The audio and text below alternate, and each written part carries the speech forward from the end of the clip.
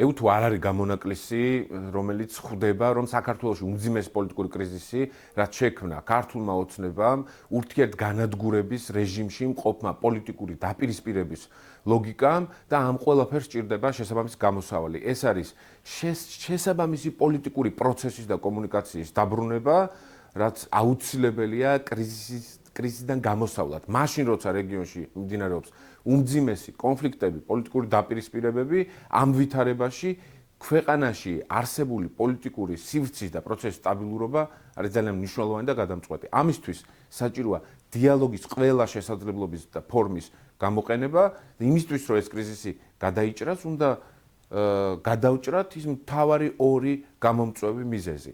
ეს არის სამართლიანი არჩევნების საკითხი და მასზე დიალოგის საკითხი და მეორე პოლიტპატიმრების გათავისუფლება და საერთოდ პოლიტიკური პროცესები და საქმეების შეწყვეტა პოლიტიკურ ველზე.